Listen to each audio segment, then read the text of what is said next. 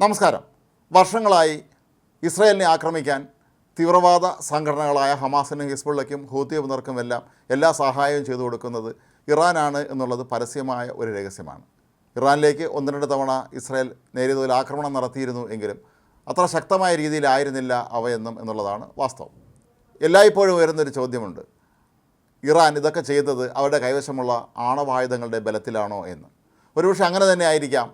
ഞങ്ങളുടെ കൈവശം ആണവായുധമുണ്ട്, അതുകൊണ്ട് നമുക്ക് ലോകത്തെ ഏത് തീവ്രവാദ സംഘടനയെ സഹായിക്കാമെന്നൊരു ഹുങ്കും ഇറാൻ്റെ ഭാഗത്തു നിന്ന് ഉണ്ടായിട്ടുണ്ട്. വർഷങ്ങളായി പലരും ചോദിക്കുന്നൊരു ചോദ്യമാണ്, ഇറാൻ്റെ ആണവ കേന്ദ്രങ്ങൾ ഇസ്രായേൽ ആക്രമിക്കുമോ എന്ന്. കഴിഞ്ഞ അമേരിക്കൻ പ്രസിഡന്റ് തെരഞ്ഞെടുപ്പിൻ്റെ പ്രചരണ സമയത്ത് ഇസ്രായേലിലേക്ക് ഇറാൻ ആക്രമണം നടത്തിയപ്പോൾ ഡൊണാൾഡ് ട്രംപ്, അന്ന് സ്ഥാനാർത്ഥി മാത്രമായിരുന്നു അദ്ദേഹം എന്ന് ഓർക്കുക, ഇസ്രായേലിനോട് ആവശ്യപ്പെട്ടതാണ് ഇറാൻ്റെ ആണവ കേന്ദ്രങ്ങൾ എത്രയും വേഗം തകർക്കാൻ. ഏതായാലും ഇതിനെല്ലാം ഒരു ഉത്തരം ഇപ്പോൾ എത്തിയിരിക്കുകയാണ്. പ്രമുഖ അന്തർദേശീയ മാധ്യമമായ വാഷിങ്ടൺ പോസ്റ്റാണ് ഈ വാർത്ത ഇപ്പോൾ പുറത്തുവിട്ടിരിക്കുന്നത്. ഇസ്രായേൽ ഇറാൻ്റെ ആണവ കേന്ദ്രങ്ങൾ ആക്രമിക്കുക തന്നെ ചെയ്യും എന്നാണ് വാഷിങ്ടൺ പോസ്റ്റ് ഇപ്പോൾ റിപ്പോർട്ട് ചെയ്യുന്നത്. ഇത് സംബന്ധിച്ച് വളരെ കൃത്യമായ രഹസ്യാന്വേഷണ റിപ്പോർട്ട് അമേരിക്കൻ സർക്കാരിന് ലഭിച്ചിട്ടുണ്ട് എന്നാണ് വാഷിങ്ടൺ പോസ്റ്റ് പറയുന്നത്. എന്നാൽ റോയിട്ടേഴ്സ് ഉൾപ്പെടെയുള്ള അന്താരാഷ്ട്ര മാധ്യമങ്ങൾ ഈ വാർത്ത ഏറ്റെടുത്തിട്ടുണ്ട് എങ്കിലും സ്ഥിരീകരണം ലഭിച്ചതായി ആരും പറയുന്നില്ല. എങ്കിലും വാഷിങ്ടൺ പോസ്റ്റിനെ പോലെ അമേരിക്കയിലെ ഏറ്റവും സ്വാധീനമുള്ള ഒരു മാധ്യമത്തിന് ഇത് സംബന്ധിച്ച റിപ്പോർട്ട് ലഭിച്ചെങ്കിൽ അതൊരു വ്യാജ വാർത്തയാവാനുള്ള സാധ്യത കാണുന്നില്ല. എവിടെയൊക്കെ ആയിരിക്കും ഇസ്രായേൽ അങ്ങനെയാണെങ്കിൽ ആക്രമണം നടത്തുക എന്നുള്ളത് സംബന്ധിച്ചും വളരെ കൃത്യമായി ഈ റിപ്പോർട്ടിൽ പറയുന്നുണ്ട്. നഥാൻസ്, ഫോർദോ എന്നീ ഇറാൻ്റെ ആണവ കേന്ദ്രങ്ങളിലായിരിക്കും പ്രധാനമായും ഇസ്രായേൽ ആക്രമണം നടത്തുക എന്നാണ് ഈ റിപ്പോർട്ടിൽ ഇപ്പോൾ കാണുന്നത്. ഇറാൻ്റെ വിവിധ ഭാഗങ്ങളിൽ, അതായത് പല പർവ്വതനിരകളുടെയും അടുത്തൊക്കെ ഇത്തരത്തിലുള്ള ആണവ കേന്ദ്രങ്ങൾ, ആണവ നിർമ്മാണ കേന്ദ്രങ്ങൾ ഉണ്ട് എന്നാണ് പറയപ്പെടുന്നത്. ഇത് സംബന്ധിച്ച മുഴുവൻ വിശദാംശങ്ങളും ഇസ്രായേലിൻ്റെ കൈവശമുണ്ട്. കാരണം നമുക്കറിയാം, ഇസ്രായേലിൻ്റെ ചാരസംഘടനയായ മൊസാദ് ലോകത്ത് എവിടെ ഒരു അനക്കമുണ്ടായാലും അത് കൃത്യമായി പിടിച്ചെടുക്കുകയും അത് സമയോചിതമായി തന്നെ ഇസ്രായേലിനെ അറിയിക്കുകയും ചെയ്യുന്ന ഒരു പ്രസ്ഥാനമാണ്. അതുകൊണ്ട് തന്നെ ഇറാൻ്റെ ആണവ കേന്ദ്രങ്ങൾ എവിടെയൊക്കെ ഉണ്ട് എന്നുള്ള കാര്യം വളരെ കൃത്യമായി ഇസ്രായേലിന് അറിയാം.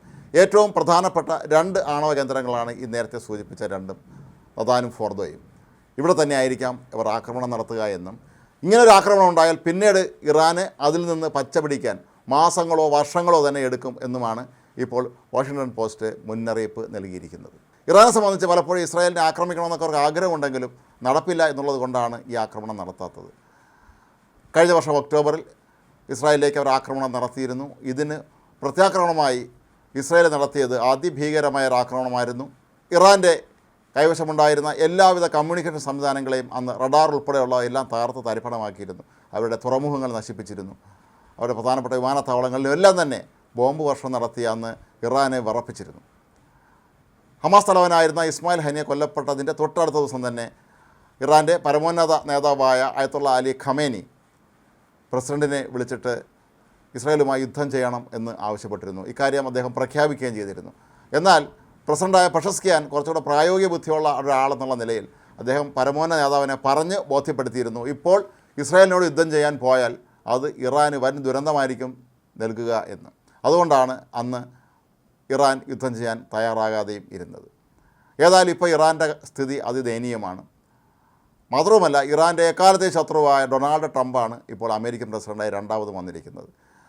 നേരത്തെ ട്രംപ് തന്നെ പലതവണ പറഞ്ഞിട്ടുണ്ടായിരുന്നു ഇറാൻ്റെ ആണവ സംവിധാനം താൻ തകർക്കുമെന്ന്. അത് തിരഞ്ഞെടുപ്പ് വേളയിലും അദ്ദേഹം പലതവണ പ്രഖ്യാപിച്ചതാണ്. ഒരുപക്ഷെ ഇതിന് അമേരിക്കയുടെ പിന്തുണ ഉണ്ടോ എന്നും സ്വാഭാവികമായും നമ്മൾ സംശയിക്കേണ്ടി വരും. ഇസ്രായേൽ ഇത്തരത്തിലുള്ള ഒരു ദൗത്യത്തിന് പുറപ്പെടുകയാണെങ്കിൽ അതിന് ട്രംപ് നിരുപാധികം പിന്തുണ നൽകും എന്നുള്ള കാര്യത്തിലൊന്നും യാതൊരു തർക്കവുമില്ല. ഏതായാലും ഈ വർഷം പകുതിയോടെ ആയിരിക്കും ഈ ഒരു ആക്രമണം ഉണ്ടാവുക എന്നാണ് ഇപ്പോൾ ഈ വാഷിങ്ടൺ പോസ്റ്റിലെ റിപ്പോർട്ടിൽ പറയുന്നത്. ഏതായാലും ഇറാനെ സംബന്ധിച്ചിടത്തോളം ട്രംപ് പ്രസിഡൻ്റായ നിമിഷം മുതൽ തന്നെ അവരാകെ ഭയന്ന് വിറച്ചിരിക്കുകയാണ്. കാരണം ഏത് നിമിഷമാണ് ട്രംപ് തങ്ങൾക്ക് നേരെ തിരിയുന്നത് എന്നവർക്കറിയില്ല.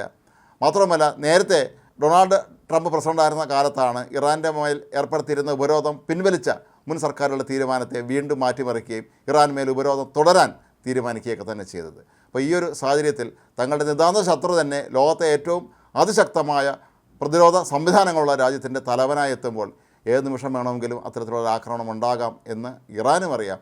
പക്ഷേ ഇസ്രായേലോ അമേരിക്കയോ ആണവ കേന്ദ്രങ്ങളെ തകർക്കാനെത്തിയാൽ നിസ്സഹായരായി കൈയും കെട്ടി നോക്കി നിൽക്കാൻ മാത്രമേ അന്ന് ഇറാന് കഴിയുകയുള്ളൂ എന്നുള്ളത് ഉറപ്പാണ്. അത്രത്തോളം ദുർബലമായി പോയിരിക്കുന്നു ഇന്ന് ആ രാജ്യവും ആ രാജ്യത്തെ എല്ലാവിധ പ്രതിരോധ സംവിധാനങ്ങളും.